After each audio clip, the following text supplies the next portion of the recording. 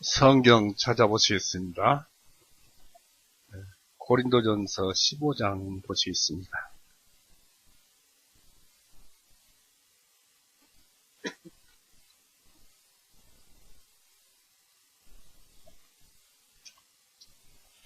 고린도전서 15장 35절에서 50절까지 말씀입니다. 고린도전서 15장 35절에서 50절까지 말씀입니다. 같이 읽어보시겠습니다. 그러나 어떤 사람이 말하기를 어떻게 죽은 자가 일으켜 세워지느냐, 또 어떤 몸으로 오느냐 하니, 너 어리석은 자여, 네가 뿌리는 것이 죽지 아니하면 살아나지 못하겠고, 또 네가 뿌리는 것은 장차 이루어질 몸을 뿌리는 것이 아니요 밀이나 다른 곡식이나 다만 알갱이를 심는 것이로되, 이는 하나님께서는 기뻐하시는 대로 알갱이의 몸을 주시고 모든 씨앗에 그 고유한 몸을 주시느니라. 모든 육체가 다 같은 육체는 아니니, 하나는 사람의 육체요, 다른 하나는 짐승의 육체요, 다른 하나는 물고기의 육체요, 또 다른 하나는 새의 육체니라. 거기에는 또한 하늘에 속한 몸도 있고 땅에 속한 몸도 있으나 하늘에 속한 것들이 영광이 다르고 땅에 속한 것들의 영광이 다르니라. 하나는 해의 영광이요, 하나는 달의 영광이요, 하나는 별들의 영광이니 별과 별 사이에도 영광이 다르니라. 죽은 자들의 부활도 이와 같으니, 썩어지는 것으로 뿌리고 썩지 아니하는 것으로 일으키시며, 천한 것으로 뿌리고 영광스러운 것으로 일으키시어, 악한 것으로 뿌리고 약한 것으로 뿌리고 능력 있는 것으로 일으키시며, 자연적인 유구 몸으로 뿌리고 영적인 몸으로 일으키시나니, 자연적인 유구 몸이 있으면 영적인 몸도 있느니라. 그러므로 기록된 바 첫 사람 아담은 살아있는 혼이 되었다 함과 같이 마지막 아담은 살려주는 영이 되셨느니라.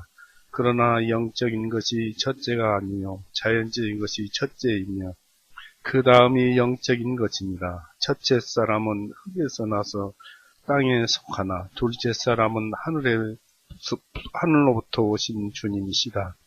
땅에 속한 자들은 땅에 속한 그 사람과 같고 하늘에 속한 자들은 하늘에 속한 그분과 같으니라. 우리가 땅에 속한 그 사람의 형상을 지닌 것 같이 하늘에 속하신 그분의 형상도 지니게 되리라. 형제들아, 이제 내가 이것을 말하노니, 살과 피는 하나님의 왕국을 상속받을 수 없으며 또한 썩어지는 것은 썩지 아니하는 것을 상속받을 수 없느니라. 같이 기도하시겠습니다.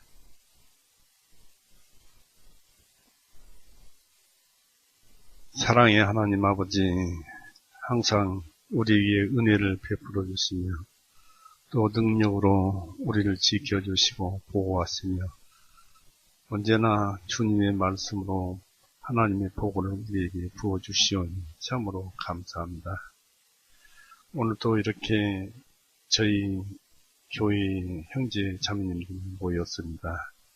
이 말씀을 듣고 우리의 삶이 어떤 삶이 되어야 되겠고 또 어떠한 삶을 살아야 할 것인가를 다시 한번 되새기게 하여 주시옵고 또 바라옵기는 모든 우리를 아는 모든 형제 자매님들이 우리를 사랑하여 주옵시고 우리도 그를 사랑하게 하여 주옵소서. 그리고 특히 요즘 다시 창궐하는 이 질병으로부터 우리 모두를 또 가족들을 지켜주시옵기를 구하옵니다. 모든 것은 그러나 하나님의 섭리 중에 일어나는 일이오니 우리는 그저 아멘할 뿐이옵니다. 이 시간도 주님 끝나는 시간까지 함께 하여 주시옵고 이 말씀 속에서 드러나셔서 우리에게 주님의 영광을 보여주시옵소서. 항상 감사드리며 예수님 이름으로 기도드렸습니다. 아멘. 네, 반갑습니다. 오늘 또 이렇게 부활에 대해서 이렇게 하나둘 찾아갑니다. 성경을 읽어봐도 부활에 대해서 이제 이렇게 잘 이해하기가 어렵고, 또 부활한다는 것은 알고 천국에 들어간다는 것은 알지만 그 과정을 잘 모릅니다. 오늘 말씀 속에서 보면은 씹는 것과 다시 부활해서 사는 것은 35절에서 50절 사이에 말씀을 기록해 놨습니다. 이 본문 중에서 바울은 죽은 자의 부활을 부정하는 그럴싸한 주된 부정에 대해서 답변을 하였습니다. 이 섭리의 질서와 함께 부정하는 것을 관찰해 봅니다. 35절에 보면은 그러나 어떤 사람이 말하기를 어떻게 죽은 자가 일으켜 세워지느냐, 또 어떤 몸으로 오느냐 하니라고 어떤 사람이 말을 했다 이것입니다.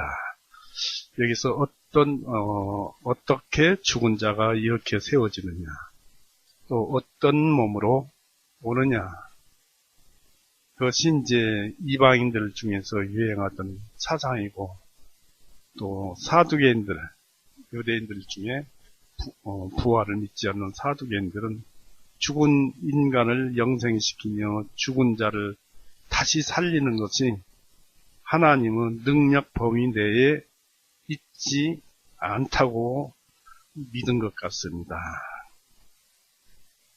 그 사람들은 마태복음 22장 한번 보십시오. 여기에 그런 말을 하지요.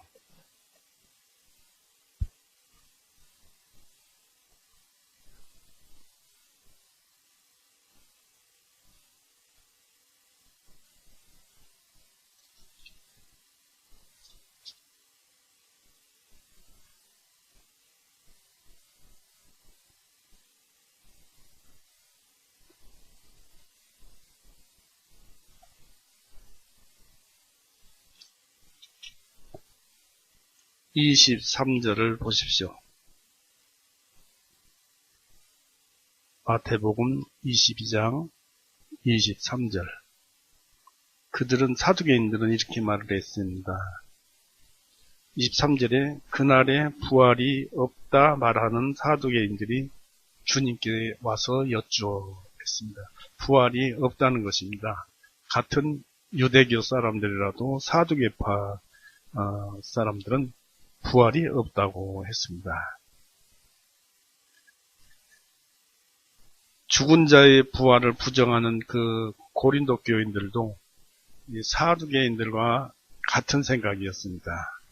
어떻게 일으켜 세워줄 수가 있겠는가, 또 전혀 불가능한 일이 아닌가 하면서 부정의 또 하나의 이유는 부활할 몸의 성질이었습니다. 어떤 몸으로 오느냐, 또 같은 몸으로 오느냐, 혹은 같은 모양으로 오느냐, 같은 크기와 같은 지체로 오느냐, 여러 가지 그 생각을 했습니다. 이 부활을 하겠느냐라는 그 앞에 부활의 부정은 그리스도교 교리를 부정하는 자들의 것이고, 뒤에 호기심으로 의심하는 자들 것은 앞으로 부활의 그 반대에 대해서 여러 가지 어떤 몸으로 오느냐 하는 호기심에 대한 그 의심에서 오는 것들입니다. 그래서 이 교리에 대해서 부정하는, 그러니까 거기에 대해서 부활에 반대해서 바울은 대진리인 섭리를 들어서, 왜 섭리를 대진리라고 할까요? 성경 말씀 속에는 하나님의 섭리가 들어있지 않지만은 하나님의 섭리 속에는 성경 말씀은 성경 모든 말씀이 다 들어있고 그 외의 말씀도 다 들어 있습니다. 그래서 섭리가 더욱 많은 것을 품고 있지요.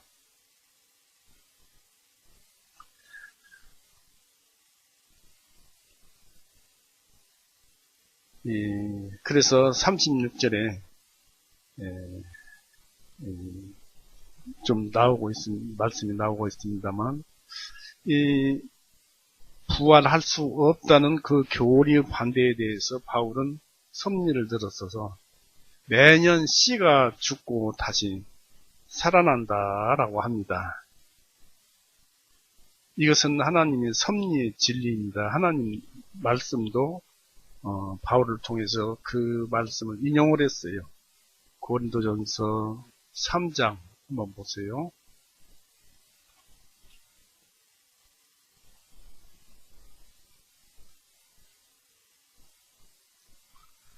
고린도전서 3장 5절에서부터 봅니다. 8절까지 제가 읽어봅니다. 고린도전서 3장 5절에서 8절 읽어봅니다. 제가 바울은 누구이며 또 아볼로는 누구냐? 곧 주님께서 각 사람에게 주신 대로 너희를 믿게 한 사역자들이 아니냐? 나는 심었고 아볼로는 물을 주었으나 오직 하나님께서는 자라나게 하셨나니 그러므로 심는 자나 물 주는 자는 아무것도 아니로되 오직 자라나게 하시는 분은 하나님 뿐이시니라. 이제 심는 자와 물 주는 자는 하나이니 각 사람은 자기의 수고에 따라 자기의 보상을 받을 것일지니라 했습니다. 그러니까 7절에 보니까 심는 자나 물 주는 자는 아무것도 아니로되 오직 자라나게 하시는 분은 하나님이십니다 했습니다. 섭리하시는 분은 하나님이에요. 어떤 일을 하든지 어떤 움직임이 있든지 이 모든 것들은 하나님께서 행하시는 섭리 속에 포함된 것입니다. 36절 보십시오. 고린도전서 15장 36절.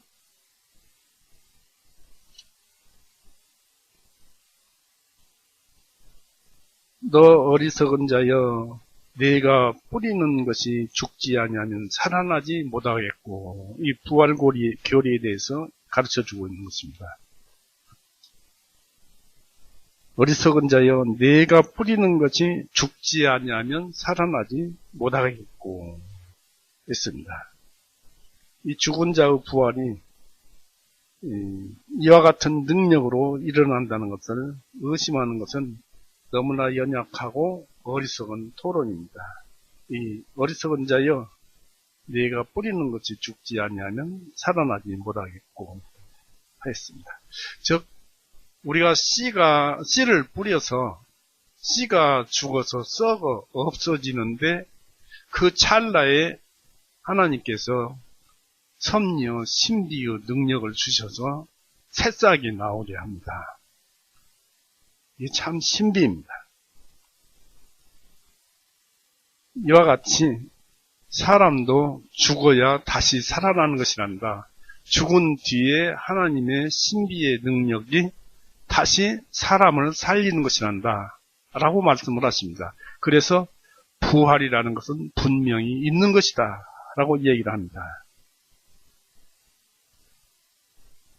그래서 다시 살아나기 전에는 씨앗처럼 썩어야 합니다. 썩어 죽어야 합니다. 그래서 죽은 후에 싹이 돋아날 뿐만 아니라 살기 위해서, 다시 살기 위해서 죽어야 합니다. 그래서 우리는 반드시 죽어야 다시 살아나는 것입니다. 매년 씨앗이 살아나는 그러한 힘으로 죽은 자가 살아날 것을 상상치 못하면 얼마나 어리석은 일이냐 이것입니다. 우리 눈앞에 잘 보이고 항상 보이는 그 섭리의 진리를 왜 모르느냐. 그런 데서 우리는 다시 살아날 수 있다는 그런 것을 많이 배우지 않느냐. 그래서 농사 짓는 그 속에 하나님의 섭리의 말씀이 다 들어있어요. 이것이 첫째 질문에 대한 교리에 대한, 즉 35절에 대한 바울의 답변입니다. 우리는 이것을 생각해 봅니다. 우리가 죽은 것이 살아나서 다시 살아나는 것을 매일 보면서 씨 뿌리면 그 다음에 또 살아나고 또 살아나고 그러죠. 그런 것을 매일 보면서 죽은 자를 일으킬 신비한 능력을 의심한다는 것은 하나님 앞에 부끄러운 일이다는 얘기입니다. 그것은 우리의 지식이 알고 있고 우리의 지혜가 알고 있고 우리의 본성이 나를 가르칩니다.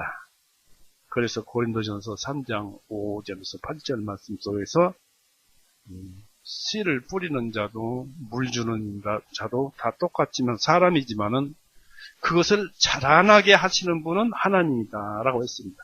이게 모든 것이 하나님의 섭리에 의해서 움직여져 가고 부활하는 것 역시 하나님의 신비의 능력에 의해서 부활한다는 것을 가르쳐 줍니다. 이제 그 다음에 바울은 호기심에 대한 둘째 질문에 대해서 더 상세히 대답을 했습니다. 즉, 심지어는 씨가 변화하는 것을 지적합니다. 뿌리는 것은 장래의 형체를 뿌리는 것이 아니다라는 얘기입니다. 예를 들어서 보리 씨앗을 하나 심으면 거기다 보리를 심는 건 보리 줄기나 이것을 심는 것이 아니라 씨를 뿌리잖아요. 형체를 뿌리는 것이 아니라 다만 밀이나 다른 곡식이나 알갱이를 심는 것입니다. 그러나 하나님께서 원하시는 대로 형체를 부여하십니다. 그것은 서로 다른 종류를 구별하시기 위하십니다. 뿌려진 모든 씨는 고유의 형체, 곧 몸을 가지고 그 종류에 알맞는 성질과 모양을 가집니다. 죽은 사람이 어떻게 일어나는가를 모르는 것과 같이 씨앗이 어떻게 일어나는 것을 모르지만 이것은 하나님의 능력으로 일어나는 것입니다. 다시 살아나는 것입니다. 씨앗이 큰 변화를 일으키는 것은 분명하잖아요. 심으면 다시 싹이 나잖아요. 죽은 자가 죽은 후에 그들의 몸으로 일어나는 모양도 이와 같다는 것이 37절, 38절에 암시되어 있습니다. 37절, 38절 보십시오.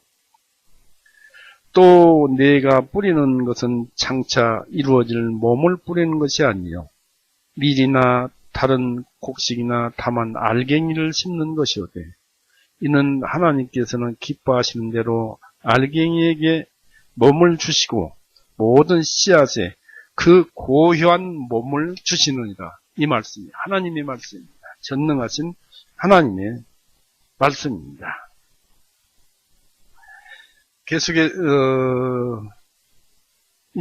계속해서 식물에 여러 종류가 있는 것과 같이 육체에 있어서도 여러 종류가 있습니다.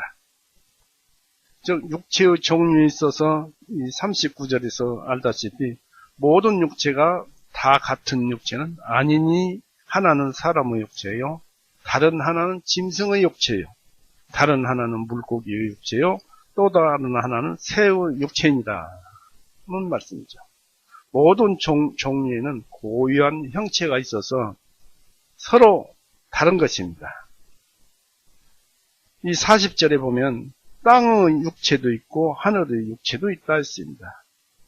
땅에 속한 것이 영광이 40절 보십시오.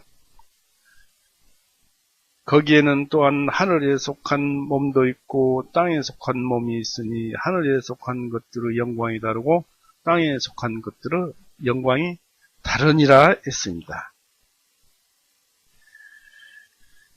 이렇게 영광이 다른 것은 모든 존재의 참 영광은 그 존재의 지위와 상태에 적당해야 하기 때문입니다. 땅의 육체는 하늘에 어울리지 않고 하늘의 육체는 땅에 어울리지 않습니다. 그런데 이제 41절에 보니까 하나는 해의 영광이요, 하나는 달의 영광이요, 하나는 별들의 영광이니 별과 별 사이에도 영광이 다르니라 했습니다. 하늘의 육체에도 여러 영광이 있습니다.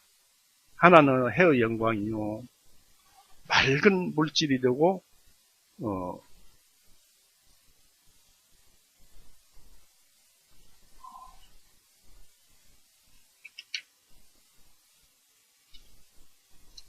보면은 하나는 달의 영광이요, 하나는 별들의 영광이니 별과 별 사이의 영광이 다르니라 하고 41절에 기록되어 있죠.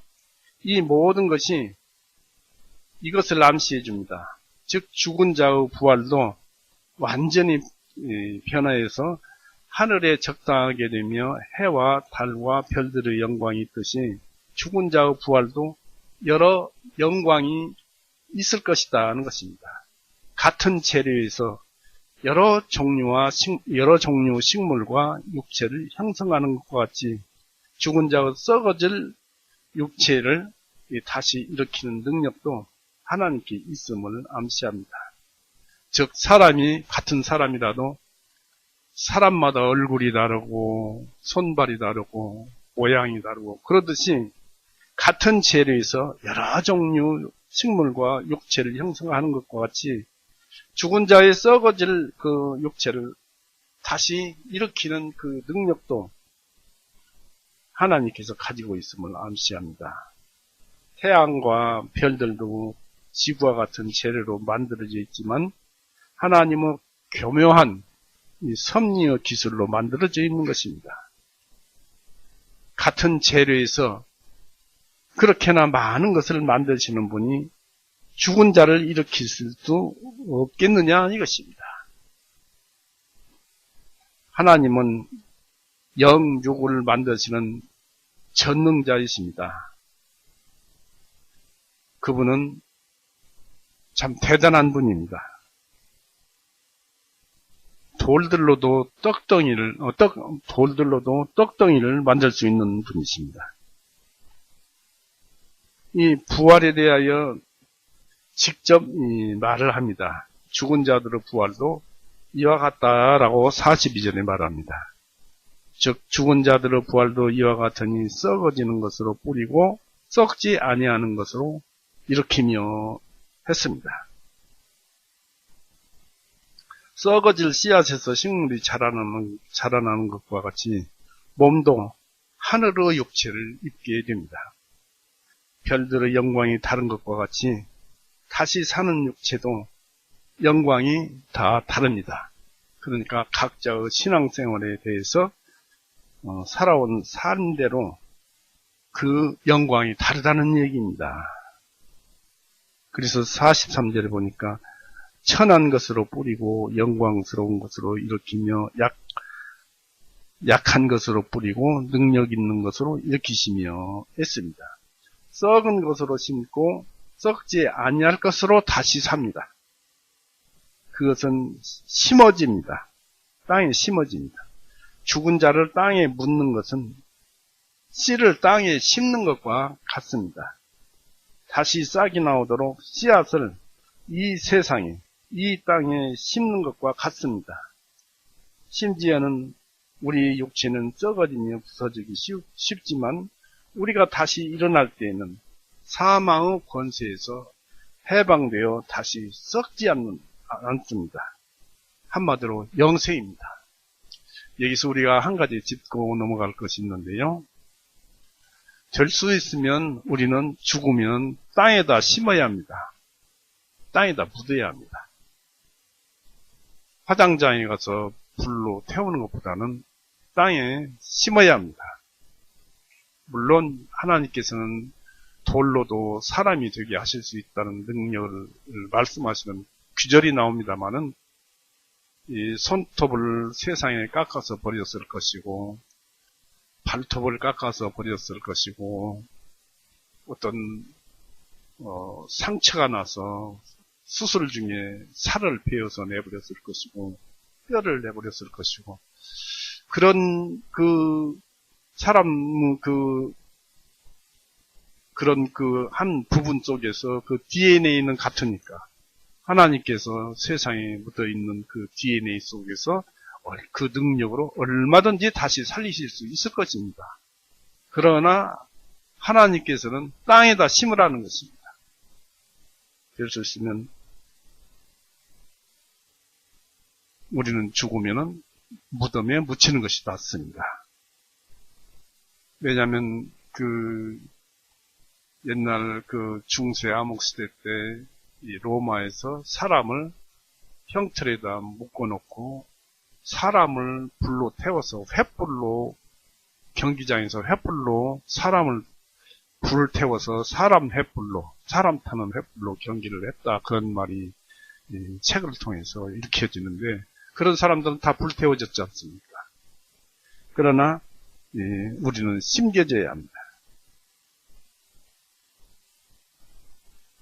그래서 우리는 욕된 것으로 심고 사람이 죽으면 죽은 것 같이 비참하고 참 흉측하고 보기 싫은 것이 없어요. 그래서 그러한 욕된 것으로 땅에다 심고 영광스러운 것으로 다시 삽니다. 현재 우리 육체는 나쁜 육체입니다. 빌립보서 3장 한번 보십시오.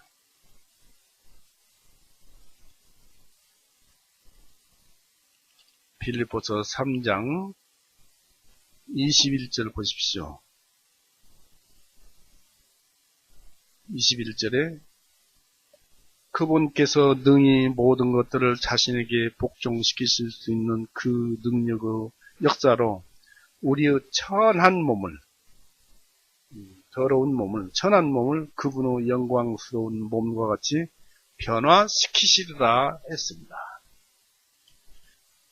죽은 시체보다 더 싫은 것도 없다고 아까 말씀을 드렸습니다. 어떤 즐거움도 없는 경멸받고 깨어진 질그릇으로 던져지는 것입니다. 그러나 부활 시에는 영광이 거기에 더하여집니다. 우리 예수님의 영광스러운 몸과 같이 됩니다. 땅의 모든 찌꺼기에서 정결하게 되어서 맑은 물질이 되고 주님의 몸과 같이 빛이 나게 됩니다. 약한 것으로 뿌리고 능력 있는 것으로 일으키시며 라고 43절에 그렇게 얘기했죠. 한번 볼까요? 43절에 천한 것으로 뿌리고 영광스러운 것으로 일으키시며 약한 것으로 뿌리고 능력 있는 것으로 일으키시며 했습니다. 그 육신은 천한 물질로 사망의 지배하에 모든 활력과 생명과 힘을 박탈당하여 땅에 묻힙니다. 그것은 또 움직일 수도 없습니다. 그러나 우리가 다시 살아날 때는 우리 육체는 신비한 생명을 얻어서 새 힘을 가집니다. 그리고 건강하고 굳세며 영원하여 연약함과 부패를 당하지 않습니다. 즉 유구 몸으로 심는다는 그런 그 말씀이 있습니다. 44절 보십시오.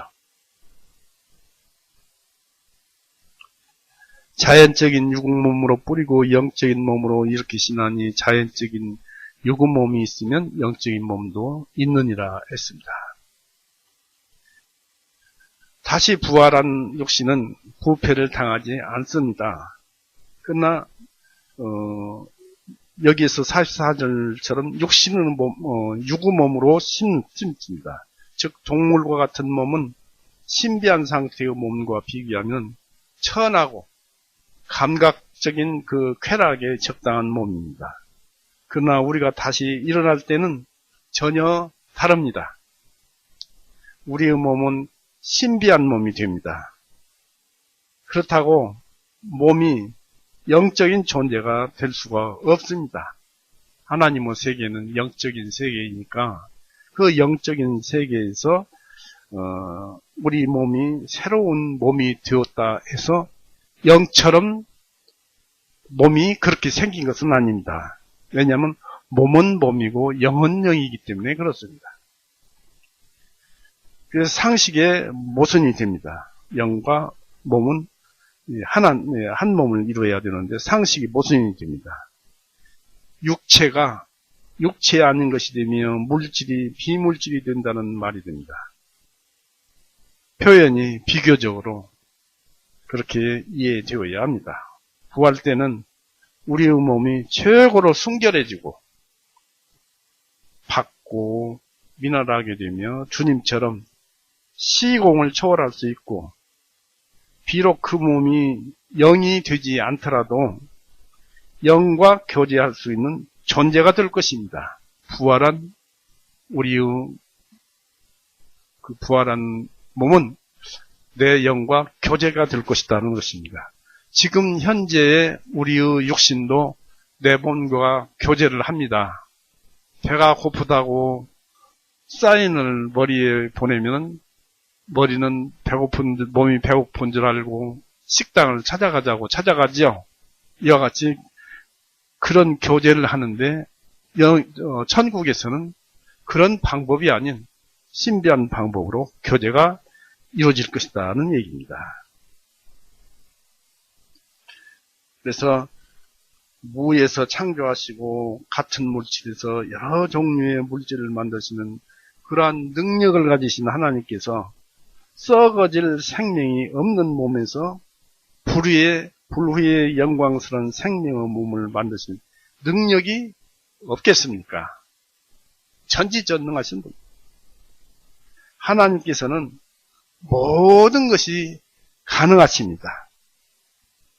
불가능할 수가 없습니다. 그래서 하나님은 전능자입니다. 민수기 24장 한번 보십시오. 전능자라는 말씀 여러 곳에서 나옵니다만은 그래도 믿음이 시원찮은 사람이 말한 것 좀 펴보겠습니다. 민수기 24장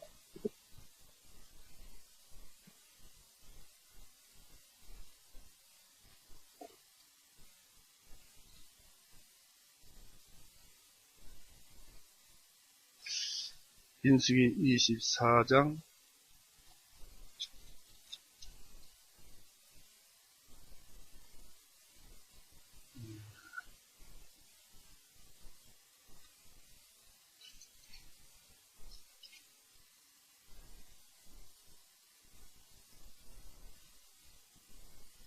24장 16절 폈죠? 예. 거기 보니까 15절부터 봅니다. 참 하나님을 알면서도 유다 그 출애굽 당시 그 유대인들을 배신한 사람인데 발람이라고 그 성경에도 유명합니다. 그가 자기 비유를 들어 말하기를 부올의 아들 발람이 말하며 눈이 열린 자가 말하노니 하나님의 말씀들을 듣고 지극히 높으신 분의 지식을 아는 자 곧 황홀경에 빠졌으나 자기 눈을 뜬 채로 전능하신 분의 환상을 본 자가 말하노라 했습니다. 17절에 내가 그를 보니 이때의 일이 아니요 내가 그를 보니 가까운 일이 아니로다. 한 별이 야곱에게서 나올 것이요 한 홀이 이스라엘에게서 일어나서 모압의 구석구석을 쳐서 셋의 모든 자손을 멸망시키시다. 바로 예수님을 예언했어요. 예수님께서 오실 것을 예언한 사람인데 이 사람이 하나님의 말씀들을 듣고 지극히 높으신 분의 지식을 아는 자 곧 황홀경에 빠졌으나 자기 눈을 뜬 채로 전능하신 분의 환상을 본 자. 하나님을 전능자라고 이렇게 표현을 했습니다. 전능하신 분입니다.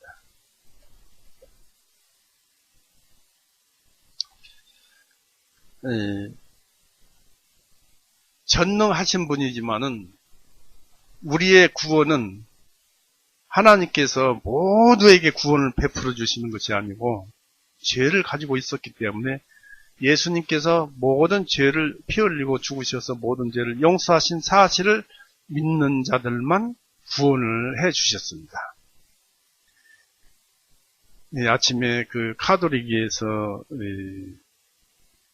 기록된 사도신경을 보면서 다시 한번 그런 생각을 해봅니다. 에스겔서 14장 14절에는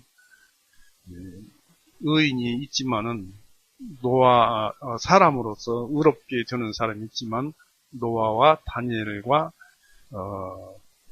욥 세 사람이 있는데 그들은 자기들의 의로 자기만 구원할 뿐이라고 했습니다.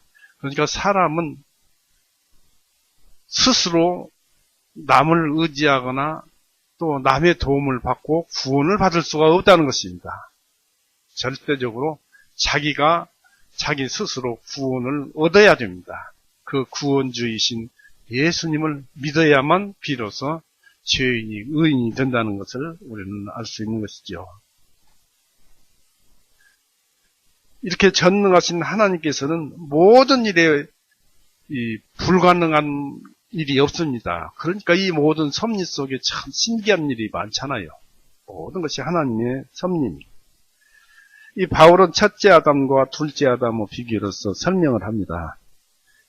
45절에 육의 몸이 있으면 영적인 신비한 몸이 있느니라고 하면서 몇 가지 예로서 설명을 합니다. 45절 한번 보십시오. 그러므로 기록된 바 첫사람 아담은 살아있는 혼이 되었다 함과 같이 마지막 아담은 살려주는 영이 되셨느니라 했습니다.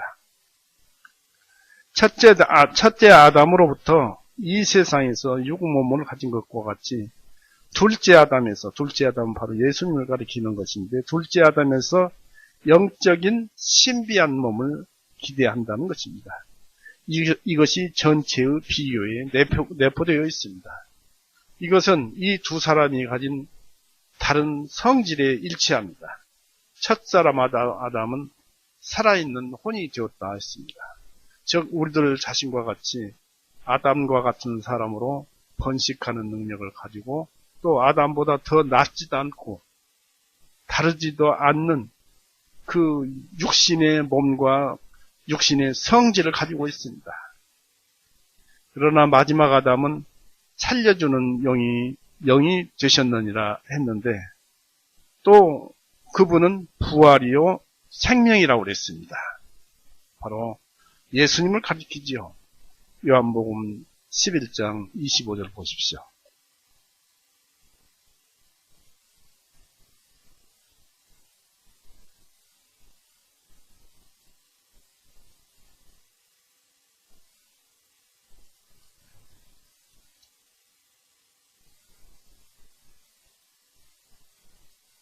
요한복음 11장 25절 예수님께서 그녀에게 말씀하시기를 나는 부활이요 생명이니 나를 믿는 자는 죽어도 살겠고 나를 믿는 자는 무엇을 믿습니까?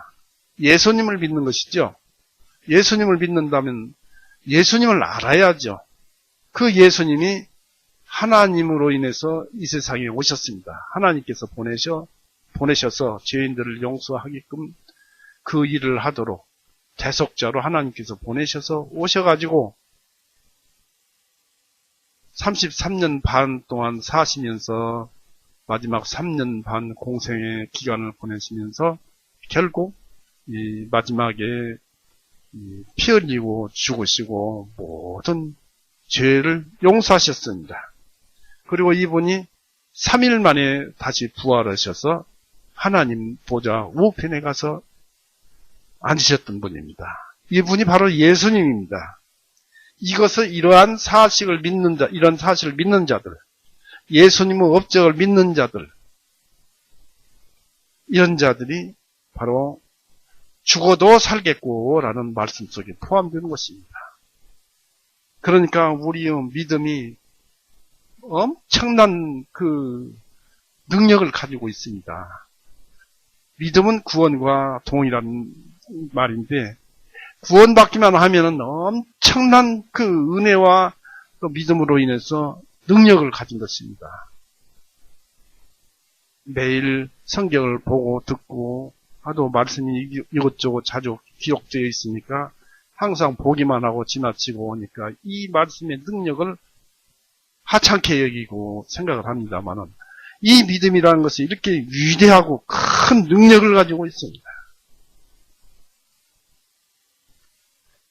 그리고 예수님께서는 예수님 자체 속에 생명이 있어요. 예수님은 말씀인데 그 말씀은 하나님이 말씀하셔서 말씀하게 하셔서 말씀하시는 거예요. 곧 하나님의 말씀이 예수님이고 예수님의 말씀이 하나님이에요. 그래서 예수님이 생명을 가지고 있지만 하나님이 생명을 가지고 있는 것과 똑같다는 얘기입니다. 그래서 예수님께서는 생명이 있고 원하시는 자를 살리십니다. 요한복음 5장 보십시오.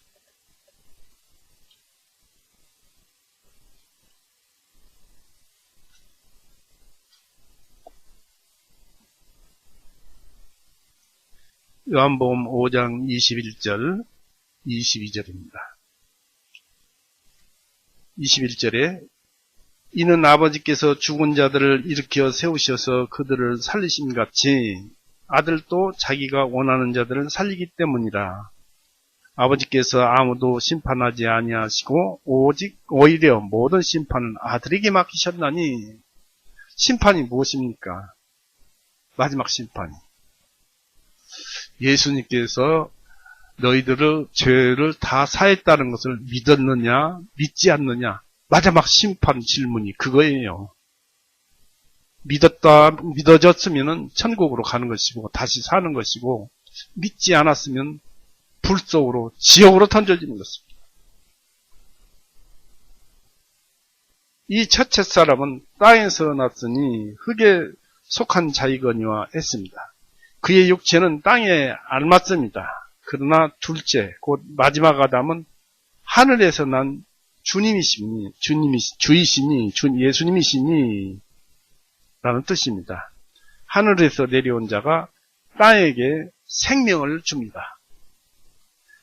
요한복음 6장 또 다시 33절 보십시오.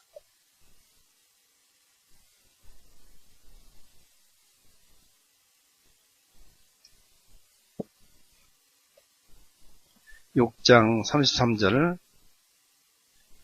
하나님의 빵은 하늘로부터 내려와 세상에게 생명을 주는 그이니라 하시니.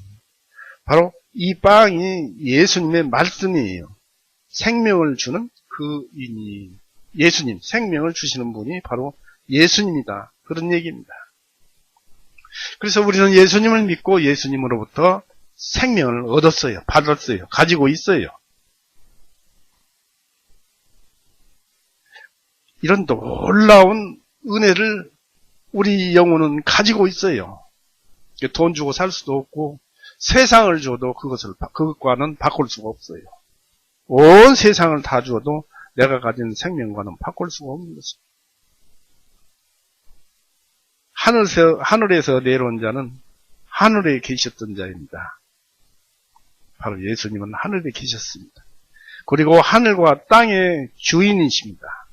첫째 아담이 우리에게 육신의 몸을 전하여 줄 수 있었다면은 둘째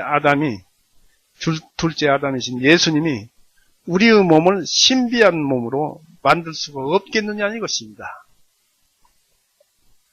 예수님은 우리 육신도 만들었어요. 골로새서 한번 보십시오.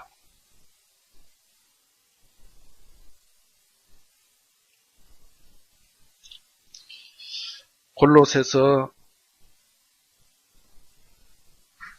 1장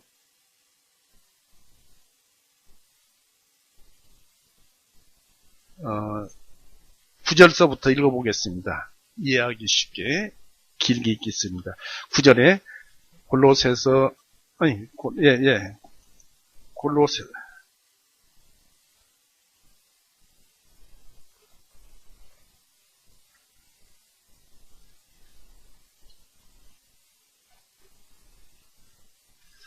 제가 페이지를 잘못 찾았습니다. 골로새서 1장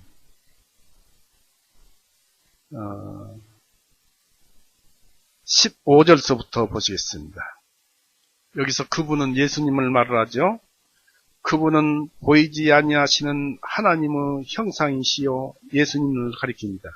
모든 피조물로 처음 나신 분이시니 이는 모든 것들이 그분에 의하여 예수님에 의하여 창조되었기 때문이다. 하늘에 있는 것들과 땅 위에 있는 보이는 것들과 보이지 아니하는 것들과 왕자들이나 주권들이나 정사들이나 권능들이나 모든 것들이 그분의 예수님에 의하여 창조되고 또 예수님을 위하여 창조되었느니라. 17절에 그분은 예수님은 모든 것들보다 먼저 계시고 모든 것들은 그분에 의하여 존속하느니라. 예수님이 없으면 이 세상은 사라지고 없어져 버리는 것입니다. 그분의 능력으로 이렇게 유지되고 존속되어서 나가는 것입니다. 그분은 바로 하나님이십니다. 그분이 어찌 너희를 다시 살리지 못하겠느냐? 전능하신 분이시다 라는 얘기입니다. 하늘에서 내려오신 분, 바로 예수님, 그리고 하늘과 땅의 주이십니다. 주인이십니다. 첫째 아담이 우리에게 몸을 전하여 줄 수 있었다면 둘째 아담이신 예수님은 우리를 이렇게 전능하신 능력으로 신비한 몸을 만들 수가 없으시겠느냐는 것입니다. 이 하계의 대리적인 주가 그 일을 할 수 있다면 하늘과 땅의 주님께서 그 일을 할 수 없겠느냐 그 얘기입니다. 우리가 둘째 아담으로부터 신비한 몸을 얻기 전에 첫째 아담으로부터 육신의 몸을 가져야 합니다. 얻어야 합니다. 이 세상에 태어나야 한다는 것입니다. 49절 한번 보십시오. 고린도전서 15장 49절. 우리가 땅에 속한 그 사람의 형상을 지닌 것 같이 하늘에 속하신 그분의 형상도 지니게 되리라. 믿는 자에게 그렇게 말씀을 합니다. 땅에 속한 그 사람의 형상을 지닌 것 같이 하늘에 속하신 그분의 몸을 지니게 되리라 했습니다. 곧 영의 세계에서 살아갈 신비한 몸으로 부활하게 되는 것입니다. 이것이 섭리의 질서입니다. 우리가 살아있고 영적이며 불멸의 몸을 통해서 살게 되는데 그 다음에 둘째 아담을 살리는 능력으로 그러니까 둘째 아담 예수님을 살리는 능력으로 받기 전에는 약하고 깨지기 쉽고 죽어야 하는 육체를 첫째 아담으로부터 받아야 합니다. 즉 이 세상에 태어나야 한다는 것입니다. 그 다음에 우리는 다시 죽지 않고 살기 위해서 반드시 우리는 죽어야 합니다. 그래야 다시 태어나는 것입니다. 그런데 그 이전에 반드시 예수 그리스도를 믿어야 합니다. 예수님의 보혈의 흘리심을 믿어야 합니다. 우리는 예수님의 것이에요. 그리스도의 것이에요. 로마서 14장 한번 보십시오.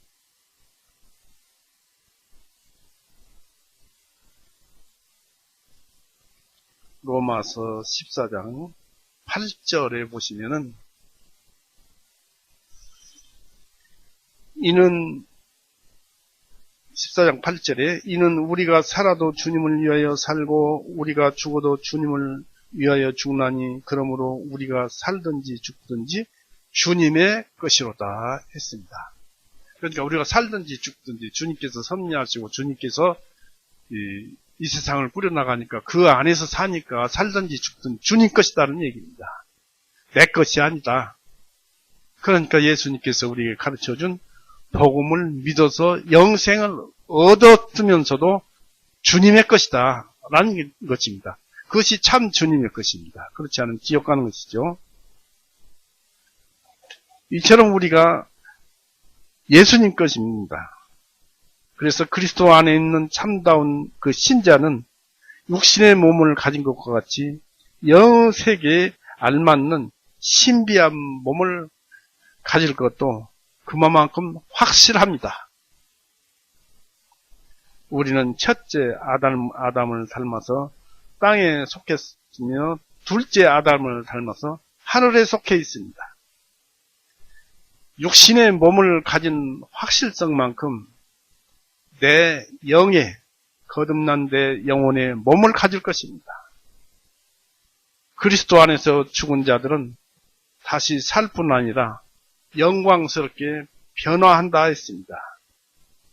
바울은 이 변화의 이유를 지적하면서 논술을 종합했습니다. 50절 한번 보십시오. 15장 50절.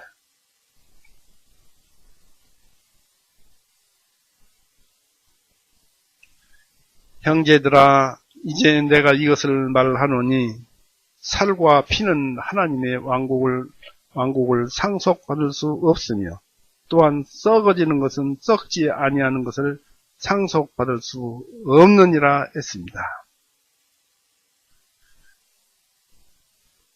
형제들아, 이제 내가 이것을 말하노니 살과 피는 하나님의 왕국을 상속받을 수 없다. 또 썩어지는 것은 썩지 아니하는 것을 상속받을 수 없다라고 했습니다. 자연의 몸은 육이요 피와 뼈와 근육과 신경과 혈관과 물로 구성되어 있습니다. 이 육체는 썩어질 구조로 부패하기 쉽습니다. 이런 몸이 하늘나라를 유업으로 받을 수 없습니다. 썩을 것이 썩지 못하는 것을 유업으로 받으면 모순입니다. 하늘나라는 썩지 않으며 시들지 않습니다. 베드로전서 1장 한번 보십시오. 1장 베드로전서 1장 3절 4절.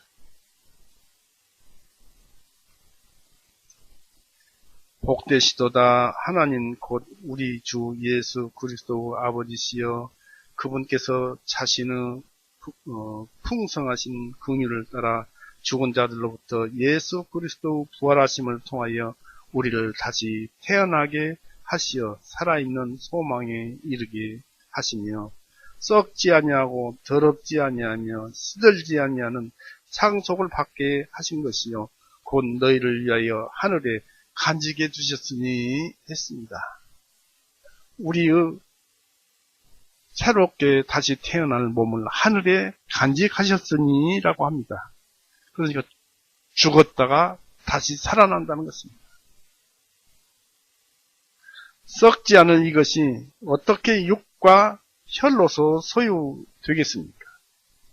이것이 하늘나라를 이어받기 전에 썩을 몸이 영원한 물질로 변화되어야 합니다. 이 종합하면은 성도들은 다시 일어날 때 현재의 상태에서 크게 변화한다는 것입니다. 지금 썩어질 혈과 육이지만 그때는 썩지 아니할 영광스럽고 신비한 몸이 되어서 하늘의 세계와 하늘의 상태에 적합하게 된다는 것입니다. 이것은 놀라운 변화입니다. 우리는 이렇게 다시 부활해서 살아나는 것입니다. 죽는 것이 아닙니다. 죽어도 다시 살아나는 것입니다. 천국에서 살게 되는 우리의 얼굴은 어떤 모습일까요? 결론부터 말하면 천국에서 있는 현재의 우리의 얼굴 모습은 또 그 천국에서의 우리의 모습은 결론부터 말을 하면은 아직도 결정되어 있지 않고 형성되어 가는 중입니다. 우리가 신앙생활을 하면은 하는 만큼 우리의 얼굴은 다르게 변화가 되는 것입니다. 그러니까 아직 천국에서 안 죽었으니까 우리가 현재의 천국에서의 얼굴은 지금 변화되어 가는 중이고 형성되어 가는 도중이다 이것입니다. 천국에 들어가면은 이제는 그때는 우리의 얼굴과 신체와 몸과 모든 성질이 확정이 되어 버립니다. 다만 요한일서 3장 2절에서 우리의 모습을 유추해 볼 수는 있습니다. 요한일서를 한번 보십시오. 3장 2절. 사도 요한은 이렇게 말을 했습니다. 3장 2절.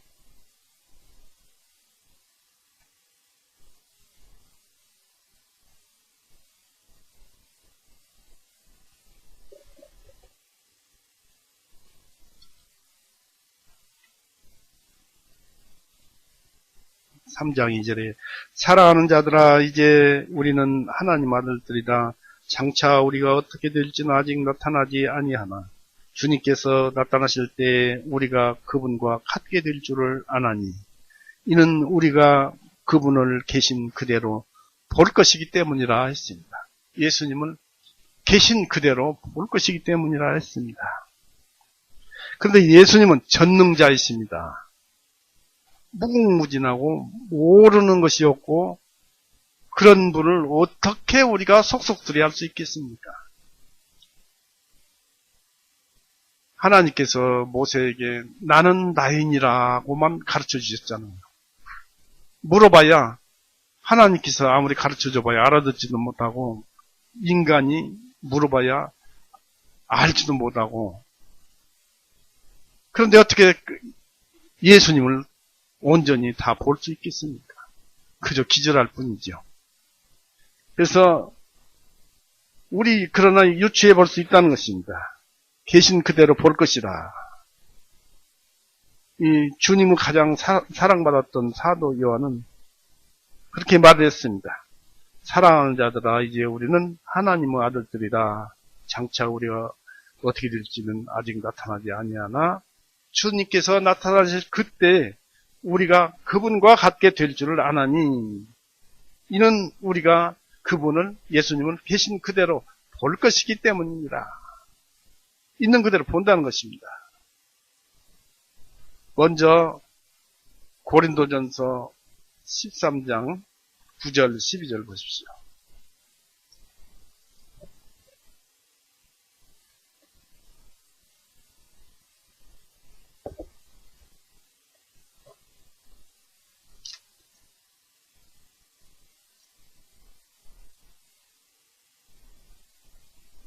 (13장 9절 12절) 고린도전서 13장 9절 12절. 이는 우리가 부분적으로 알고 부분적으로 예언하나 완전한 것이 오면 그때는 부분적인 것이 사라지게 되기 때문이라. 내가 어린아이였을 때에는 어린아이같이 말하고 어린아이같이 이해하며 어린아이같이 생각하였으나, 우리가 이렇게 변화되어 가죠. 하였으나 내가 어른이 된 후에는 어린 아이의 말들을 버렸느니라. 이렇게 우리가 영적으로 자라갑니다. 그러니까 우리 형상이 자꾸 천국에서는 자라가는 중에 있기 때문에 현재로서 그 얼굴을 봐야 유추밖에 안 된다는 얘기죠. 어린 아이의 일들을 버렸느니라. 지금은 우리가 거울을 통하여 희미하게 보나 그때는 얼굴을 마주 볼 것이요. 지금 내가 부분적으로 아나 그때는 내가 알려진 것 같이 나도 알게 되리라. 내가 신앙생활을 어떻게 했는가 예수님께서 아는 대로, 내가 신앙생활을 살아온 그대로, 곧 내가 하나님께서는 예수님을 세상에 보내실 때 사랑을 하셔서 예수님을 세상에 보내셨고, 또 세상을 사랑해서 예수님을 보내셨어요. 그래서 요한복음 3장 16절에 하나님이 세상을 이처럼 사랑하사 독생자를 주셨습니다. 이는 저를 믿는 자마다 멸망치 않고 영생을 얻게 하려 하심이라는 그 말씀에 따라서 예수님을 세상에 보내신 것입니다. 그래서 예수님은 하나님의 명령을 듣고 골고다에서 피 흘리고 죽으시고 모든 죄를 용서하셨어요. 그것이 예수님은 하나님을 사랑해서 그렇게 하셨어요. 또 예수님은 인간들을 사랑해서 그렇게 하셨어요. 그래서 우리가 그 사실을 알고 나니까 예수님이 내 죄를 용서하셨구나 라는 그 사실을 알고 보니까 감사하잖아요. 감사하면서 예수님의 사랑을 알게 된 거예요. 그래서 예수님께서 하나님은 사랑을 알고 죽으셨듯이, 우리를 위해서 죽으셨듯이, 우리가 예수님께서 죽으신 사랑을 알고 우리가 예수님의 행하심을 따라서 행하는 것, 이것이 나를 이루는 것입니다. 이것이 나예요. 천국에서 나예요. 내가 신앙생활을 어떻게 했느냐에 따라서 우리 모든 사람들은 각자 모양과 얼굴이 다를 것입니다. 그러나 몸의 성질은 예수님처럼 같지만은 그 영은 다르다는 얘기입니다. 얼굴이나 이런 건 다르다는 얘기입니다.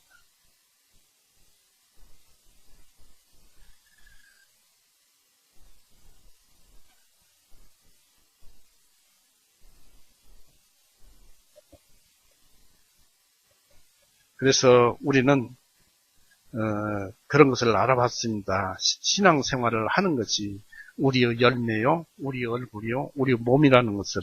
고린도전서 13장 한번 또 보십시오. 11절, 12절.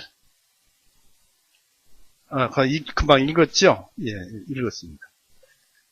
지금은 우리가 거울을 통해서 희미하게 보지만 그때는 얼굴을 마주 볼 것이요.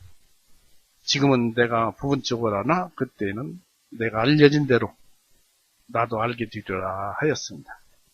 우리가 부활 욕신을 입고 예수님을 보게 되면 예수님과 일치하기 때문에 봅니다. 예수님을 볼 수 있다는 것은, 보는 대로 볼 수 있다는 것은 우리의 영적인 상태나 우리의 몸의 상태나 이런 것들이 예수님과 같기 때문에 볼 수 있는 거예요. 일치하기 때문에. 골로새서 3장 한번 볼까요?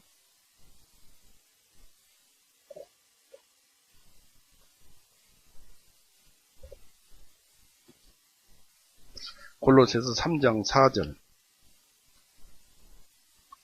4절에 우리의 생명이신 그리스도께서 나타나실 그때 너희도 그분과 함께 영광 중에 나타나리라 했습니다. 함께 나타나리라. 그러니까 같은 모습으로 주님과 일치한 모습대로 나타나는 것입니다. 주님은 우리의 되어진 상태에 따라서 변형된 모습으로 나타나게 될 것입니다. 즉 신앙을 통해서 그리스도로부터 취할 수 있는 동일한 아름다운 모습으로 변화를 받게 됩니다. 무한하신 주님을 본다는 것은 우리가 예수님처럼 이 세상을 살았을 경우입니다. 예수님을 따라서 살았을 경우입니다.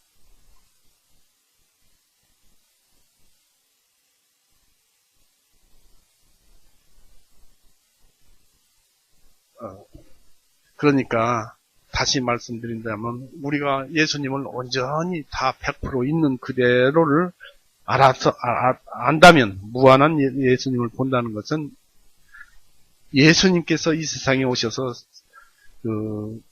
피 흘리고 죽으시고 모든 죄를 용서하신 그 사랑을 베푸신 것처럼 예수님처럼 이 세상을 살았을 경우입니다. 그러나 우리 인간으로서는 그 모습은 있을 수가 없습니다. 어떻게 인간이 하나님처럼 살 수 있겠습니까? 그래서 요한일서 3장 2절에 주님께서 나타나실 때 우리가 그분과 같게 되는 줄 아나니 이는 우리가 그분을 계신 그대로 볼 것이기 때문이다 하셨습니다. 그렇다면 악인은 어떤 모습일까요? 악인의 상태에 따라서 주님께서 나타나 보이심으로 악인의 상태에 따라서 예수님은 두려움과 공포와 복수하려는 얼굴로 그리스도를 악인들은 보게 될 것입니다. 자기들의 생긴 상태로 예수님을 보게 되는 것입니다. 이것이 죄인들은, 악인들의 모습입니다. 또 이것이 예수님의 참모습이 아닌데 그들에게 비춰진 모습입니다. 자기 양심이 비추어서 그렇게 보이는 것입니다. 이상에서 천국에서 우리의 얼굴을 아름답게 하는 것은 바로 사랑으로서 형제 자매와 주님을 섬기는 것입니다. 형제 자매와 사랑을 섬기는 것이 아름다운 신앙생활입니다. 히브리서 13장 한번 보십시오.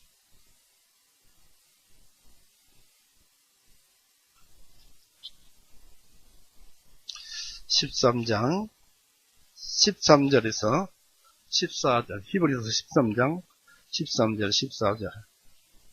그러므로 우리도 그분의 지옥을 짊어지고 진영 밖에 계신 그분에게로 나아가자. 이는 여기에는 우리에게 영구한 도성이 없고 오히려 우리는 장차 임할 도성을 찾고 있기 때문이라 했습니다. 그분의 치욕은 무엇입니까? 사랑을 베풀기 위해서는 어떠한 수욕도 모욕도 다 참으셨지 않습니까? 예수님께서는 골고다에서 피 흘리고 죽으실 때 그 사람들이 침 뱉고 수염을 벗고 별스런 그 욕을 하면서 그렇게 했습니다마는, 그러면서도 통나무를 짊어지고 골고다로 끌려갔었습니다마는 그런 치욕을 우리도 짊어지자, 그래서 그대로 하자는 것이 아닙니다. 삶에서, 우리의 삶에서 사랑을 베풀기 위해서 어떠한 고난과 힘들고 어려운 일이 있더라도 참고 살아가면서 남을 위해서 죄는 짓지 말고 살아가자는 것입니다. 왜 그렇게 살아가야 하느냐? 여기에는 우리에게 영원한 도성이 없고, 이 땅에는 영원한 도성이 없고, 나중에 죽고 또 우리는 여기서 부활해서 천국으로 가니까 이것은 우리의 삶은 나그네 삶이잖아요. 그러니까 여기는 아무것도 없으니까 그저 말씀대로 선하게 예수님은 사랑하라 하신 그 계명대로 살자 하는 것입니다.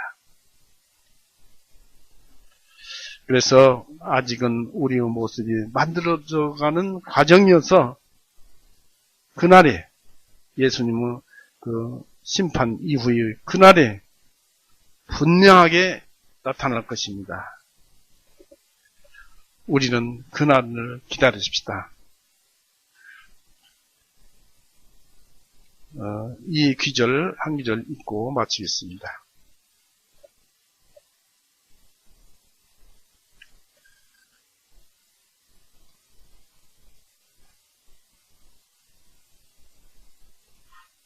고린도전서 15장 49절에서 50절 읽고 마치겠습니다. 우리가 땅에 속한 그 사람의 형상을 지닌 것 같이 하늘에 속하신 그분의 형상도 지니게 되리라. 형제들아, 이제 내가 이것을 말하노니 살과 피는 하나님의 왕국을 상속받을 수 없으며 또한 썩어지는 것은 썩지 아니하는 것을 상속받을 수 없느니라. 세상 삶은 다 썩어 없어지는 거예요. 오직 주님의 말씀만 세세토록 살아있어서 영원한 것입니다. 세상에다 정신 쓰지 말고 말씀에다 정신 쓰면서 하나님을 찬송하면서 살아갑시다. 오늘 이렇게 해서 마칠까 합니다. 같이 기도 드리시겠습니다. 사랑이 많으신 하나님 아버지, 오늘도 은혜의 말씀을 우둔한 입을 통해서 우둔한 입을 통해서 말씀을 전했습니다.